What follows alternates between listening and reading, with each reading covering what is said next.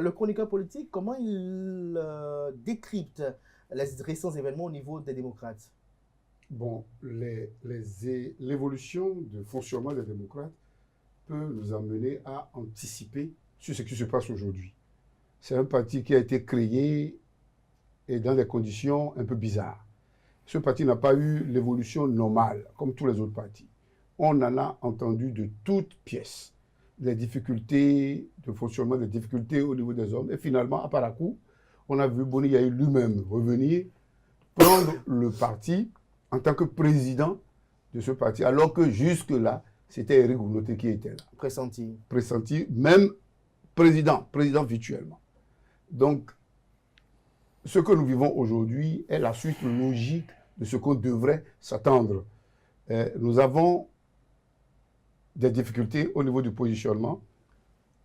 Nous avons finalement un duo qui a été comme un duo que beaucoup n'attendaient pas politiquement.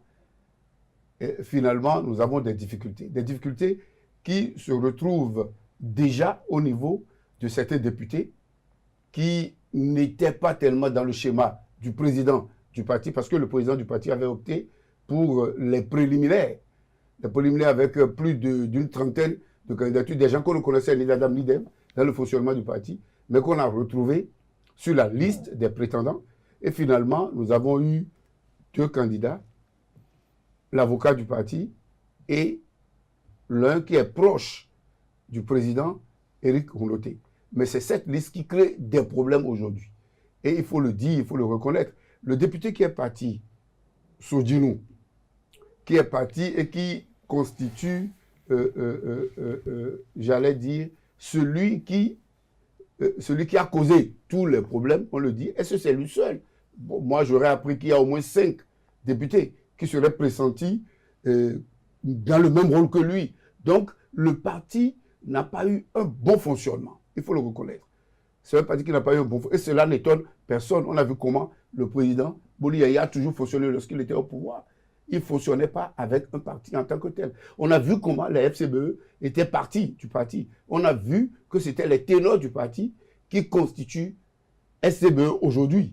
Bref, ce que nous vivons aujourd'hui est la preuve éloquente de ce que, politiquement, il y en a qui ne se sont jamais retrouvés dans leur peau, mais ils ont malheureusement ou heureusement, ils ont l'électorat d'une bonne partie du pays dont ils disposent et qui peuvent manipuler à dessein comme bon leur semble.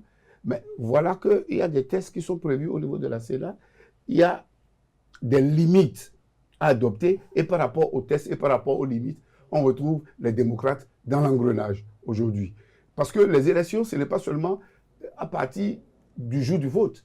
Ce n'est pas seulement à partir de l'acceptation des candidats. C'est depuis et toujours qu'on prépare les élections. Mais nous voyons maintenant les démocrates. C'est vrai que bon, nous ne le voyons pas d'un bon oeil parce que cela peut présager de beaucoup de débordements pour la République. Mais nous acceptons que ce qui se passe aujourd'hui, c'est l'évolution normale des choses. Et nous sommes les porteurs d'opinion. Nous allons assister, nous allons opiner, nous allons être que dans le débat, mais nous ne pouvons pas choisir en lieu et place des populations, ni en lieu et place des textes. En lieu et place des textes. Raoul Nsounou, on peut parler de crise. Pour vous, cette crise puise sa légitimité d'où? Je n'ai pas compris. Par rapport à quoi? Par rapport au 28e parrainage. Bon, je crois que le confrère Médéric nous a amené deux pieds joints dans le débat que moi j'effleurais. Je pense que nous ne sommes pas encore, les démocrates ne sont pas encore en crise. Et je ne pense pas qu'on devrait s'étonner, comme le disait Médéric, de l'attitude de Sodjinou? Non, on devrait s'étonner de ce qui arrive aujourd'hui. Ce n'est pas une crise en fait, c'est tout part de la nature et de la constitution du recrutement dans ce parti. Je vais vous faire faire observer quelque chose. Est-ce que vous avez vu les deux? D'abord, c'est comme ça en 2021 que les démocrates ont choisi aussi un duo qui n'a pas finalement été aux élections. Donc, ce qui se passe aujourd'hui ne devrait pas nous étonner. Et parmi donc, pour vous, ce duo n'ira pas aux élections? Ils n'iront pas. J'en viens. Et dans ce duo, de 2021, malheureusement, il y a Rekiat Madougou qui se trouve derrière les barreaux. Mais est-ce que vous avez vu le colistier d'Ivor? Est-ce qu'il a, vous l'avez vu continuer par militer dans le parti? C'est des questions qui devraient nous interpeller. Et je pense quand on dit que les démocrates, je crois, montrent ni plus ni moins que c'est un regroupement par d'humeur, en fait. Et d'humeur qui s'aligne derrière les humeurs, malheureusement, de Boni Yayi, que beaucoup appellent animal politique. Moi, je dis que c'est une ovni en politique, Boni Yayi. Donc, il a été certes président de la République, mais il faut arriver à se départir, ses ressentis personnels, ses humeurs et tout, et sa querelle intime avec le président actuel, Patrice Talon. Et il faut arriver à se départir de ça pour pouvoir gérer un groupe. Parce que tout le monde, d'abord, vous parlez de regroupement hétéroclite, ce qui est vrai. Les démocrates, vous savez que Éric Rouneté, par exemple, était un opposant pur et dur à Boni Yayi, alors président de la République. Mais il se retrouve avec un Sodinou qui, malgré qu'ils se disent être frères, qui était quand même un soutien de FCBE de l'époque. Donc c'est un ramassis de tout. De tout. Et le parti est né à la veille des législatives, et je crois à la veille des législatives dernières. Et le recrutement, les députés, les 28 que les démocrates ont aujourd'hui, observez un peu les 28. On a vu des noms, on s'est dit, mais il était où? Il militait où? Il était dans quel... C'était quoi son nom politique? C'était quoi? Les gens sont devenus députés accidentellement, c'est ça? Les gens sont devenus députés accidentellement. Vous n'êtes pas sans savoir que dans les grandes villes du pays, Porto-Novo, Parakou, Cotonou, les démocrates quand même ont eu à faire quelques percées. Ce qui a fait qu'il y a eu des députés qui sont venus accidentellement aux démocrates.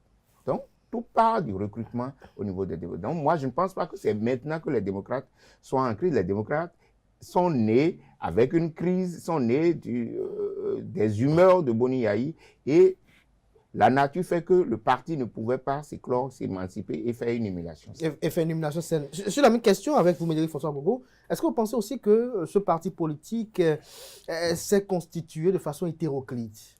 Oui, les démocrates comme l'UP, comme le BR, comme la plupart des partis politiques que nous avons, se sont constitués dans des conditions un peu bizarres.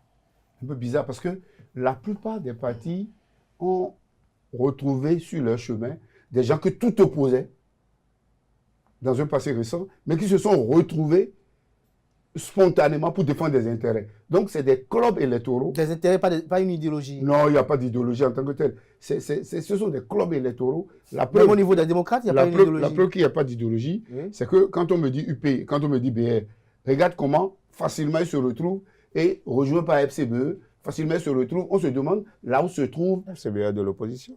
Bon, je ne sais pas. Non, ce que je dis... C'est inscrit au ministère de l'Intérieur et de la Sécurité publique. Parti d'opposition. Ouais. Et il le revendique. Il le revendique. Mais ce que je constate, c'est que c'est des partis qui ne se retrouvent pas sur la base des philosophies, sur la base des idéologies. Ce sont des partis qui se retrouvent et qui nous donnent la preuve que rien ne les unit que la soif d'avoir le pouvoir de l'exercer. C'est ce que nous avons constaté depuis jusque-là. Donc, on n'a pas encore de véritables partis politiques au Bénin. On n'a pas encore de véritables partis politiques. Et ça, je le dis et j'insiste pour le faire comprendre aux téléspectateurs.